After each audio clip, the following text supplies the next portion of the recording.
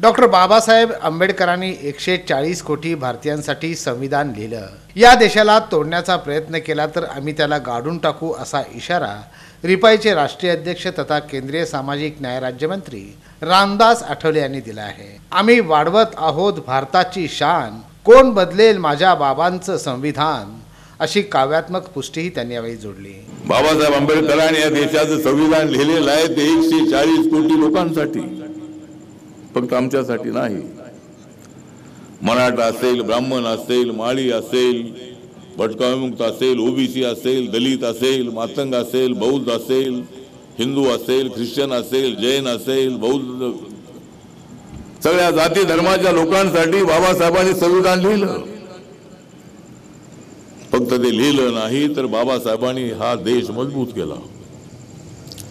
कोणी या देशाला तोडू शकत नाही. जर या भारत देशाला कोणी तोडण्याचा प्रयत्न केला तर त्यांना गाडून टाकल्याशिवाय आम्ही अजिबात राहणार नाही. या देशाला कोणीच तोडू शकत नाही. बाबासाहेब आंबेडकरांचं संविधान हे सर्वांना जोडणारं संविधान आहे. बाबासाहेब आंबेडकर स्वतःच्या प्रकृतीकडे ध्यान न देता 2 वर्ष 11 महिने 18 दिवस संविधान सभेमध्ये चर्चा व्हायची, त्यामध्ये बाबासाहेब आपली भूमिका मांडायचे, बाकीच्या लोकांची भूमिका त्यामध्ये मांडली जायची. पण सर्वात मोठं काम केलं होतं बाबासाहेबांनी. रात्र ते जागायचे, स्वतःच्या प्रकृतीकडे लक्ष न देता त्यांचं लक्ष होतं आपल्या देशाकडे. आपल्या देशाची घटनाची मजबूत झाली पाहिजे, त्या घटनेची चर्चा जगामध्ये झाली पाहिजे आणि भारत देश कधी सुटता कामा नये ही भूमिका बाबासाहेबांची होती. आणि म्हणून आज इथे रिपब्लिकन पक्षाच्या वतीने हा सन्मान मेळावा, संविधान सन्मान मेळावा होत आहे. रिपब्लिकन पार्टी ऑफ इंडियाचा संविधान सन्मान मेळावा रविवारी रात्री नार्तोकोट मैदानावर झाला. यावेळी ते बोलत होते. यावेळी रिपाईचे प्रदेशाध्यक्ष राजाभाऊ सरवदे, प्रदेश सरचिटणीस गौतम सोनवणे, सुमित वंजाळे, केडी कांबळे, सिद्धराम आहोळ, सुनील सर्वगोड, बापू जगताप, पप्पू कागदे, डॉक्टर विजय मोरे, अशोक गायकवाड, जितेंद्र बनसोडे, अविनाश मडिखांबे, राजेश उबाळे, लक्ष्मण रणधीरे, सुशील सरवदे, अतुल नागटिळक, शिवम सोनकांबळे, उमेश उबाळे, गोविंद तळभंडारे, सचिन कांबळे यांची प्रमुख उपस्थिती होती. रिपब्लिकन पक्षाचा मला महाराष्ट्राचा अध्यक्ष आठवले साहेबांनी केलं आणि तो पक्ष महाराष्ट्रामध्ये अधिकृत राज्य निवडणूक आयोगाकडे नोंदणीकृत झाला. भारत सरकारच्या निवडणूक आयोगाकडे आठवले साहेबांच्या अध्यक्षतेखाली तो पक्ष त्या ठिकाणी नोंदणी करण्यात आला आणि या नोंदणीकृत पक्षाच्या वतीनं येणाऱ्या लोकसभा, विधानसभा, महापालिका, जिल्हा परिषदा, पंचायत समितीच्या निवडणुका रिपब्लिकन पक्षाने लढवणं अत्यंत गरजेचं आहे. आणि या निवडणूक लढत असताना येत्या अर्ध्या दिवसामध्ये देशाची भारत सरकारच्या वतीने लोकसभेच्या निवडणुका जाहीर होतील आणि या लोकसभेच्या निवडणुकीमध्ये महाराष्ट्र राज्यामध्ये एकूण 48 लोकसभा मतदारसंघापैकी 2 जागा आठवले साहेबांनी या ठिकाणी आजच्या पत्रकार परिषदेमध्ये रिपब्लिकन पक्ष लढवणार, एक शिर्डी आणि दुसरी सोलापूर, अशा पद्धतीचे आदेश आम्हा सर्व कार्यकर्त्यांना दिलेले आहेत. बांधवांनो, मी तर म्हणतो रिपब्लिकन पक्ष जर रिपब्लिकन पक्षाची राज्य निवडणूक आयोगाकडे अधिकृत नोंदणी झालेली आहे, त्याला मान्यता मिळण्यासाठी 6% मताची आपल्याला गरज आहे. मी तर आठवले साहेबांना विनंती करेन, फक्त या 2च जागा नव्हे तर महाराष्ट्र राज्यातील 48 लोकसभा मतदारसंघामध्ये रिपब्लिकन पक्षाचा उमेदवार उभा करण्याचे आदेश या मेळाव्याच्या माध्यमातून आपण आम्हाला द्यावेत. सोलापूरचे कार्यकर्ते माझ्यासोबत पॅन्थरच्या काळापासून राहिले आहेत. केंद्र सरकारच्या माध्यमातून आम्ही समाजाच्या समस्या सोडवण्याचा प्रयत्न केला आहे. हे काम असंच चालू राहील असंही यावेळी त्यांनी सांगितलं. आणि मी शिर्डीसाठी उत्सुक आहे आणि मला विचारलं की तुमच्या 2 जागा कुठल्या? बोललो दुसरी जागा सोलापूरची. सोलापूरमध्ये कोण लढणार? याच्याशिवाय कोण आहे?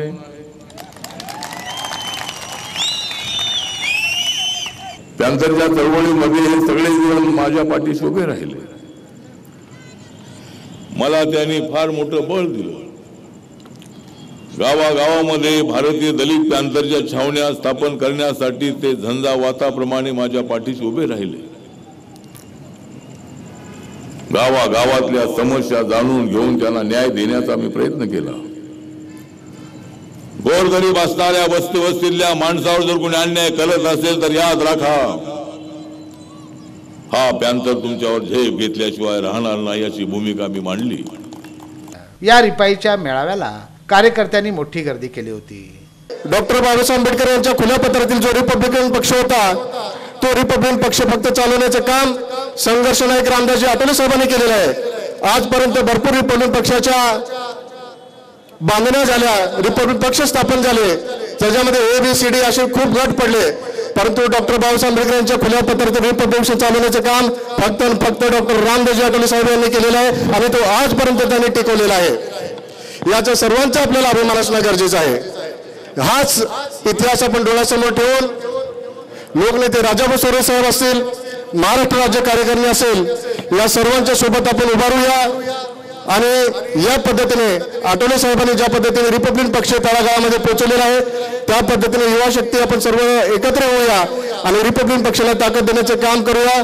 कारण साहेबांनी गेली 50 वर्ष रिपब्लिकन पक्षासोबत एकत्र राहून या ठिकाणी रिपब्लिकन पक्ष बळकट करण्यासाठी जे काय अहोरात्र प्रयत्न केले, संघर्ष केले, जे काय कष्ट काढलेत, त्याचाच एक विचारांचा वारसा म्हणून मी पण या ठिकाणी रिपब्लिकन चळवळीमध्ये, रिपब्लिकन पार्टी ऑफ इंडियामध्ये माझं जीवन या ठिकाणी मी